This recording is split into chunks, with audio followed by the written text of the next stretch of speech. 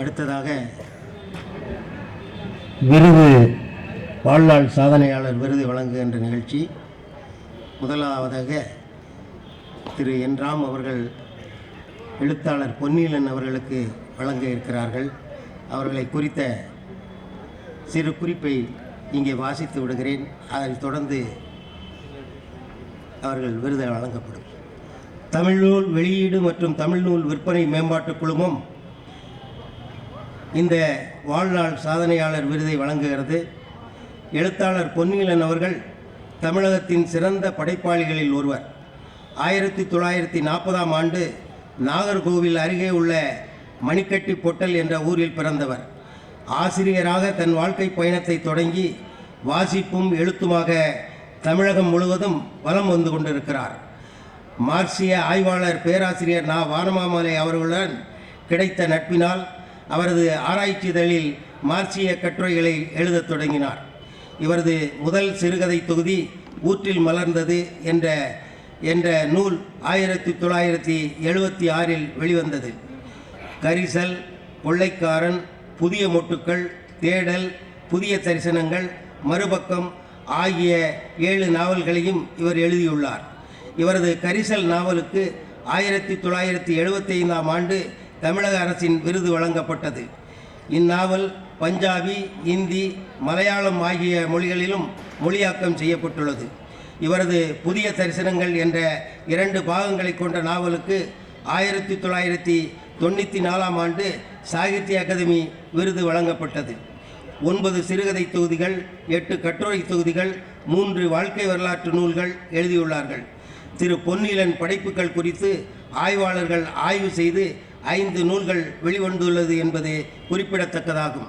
தன் வாழ்நாள் முழுவதையும் எழுத்துலகத்திற்காக அர்ப்பணித்துள்ள எழுத்தாளர் பொன்னீலன் அவர்களுக்கு தமிழ் வெளியீட்டு மேம்பாட்டுக் குழுமம் வாழ்நாள் சாதனையாளர் விருதினை வழங்கி பெருமைப்படுகிறது. நன்றி.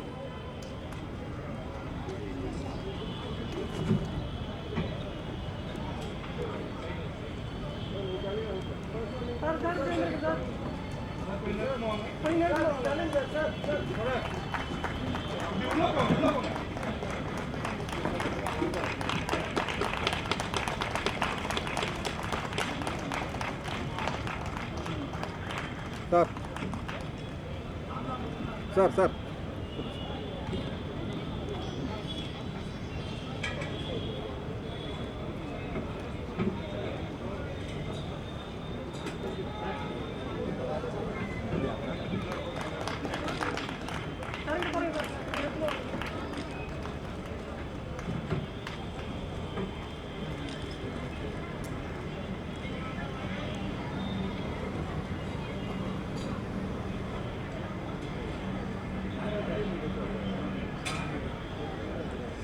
அடுத்ததாக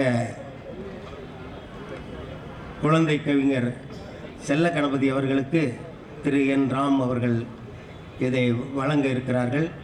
திரு வைரவன் அவர்கள் அவருடைய குறிப்பை வாசிப்பார்கள். இங்கே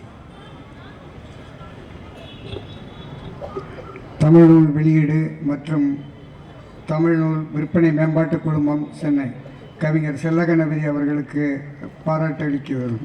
குழந்தை கவிஞர் அல வள்ளியப்பாவின் வாரிசு என சான்றோர் பெருமக்களால் பாராட்டப்படும் கவிஞர் செல்ல கணபதி அவர்கள் 1941ஆம் ஆண்டு சிவகங்கை மாவட்டம் கண்டனூரில் பிறந்தவர்.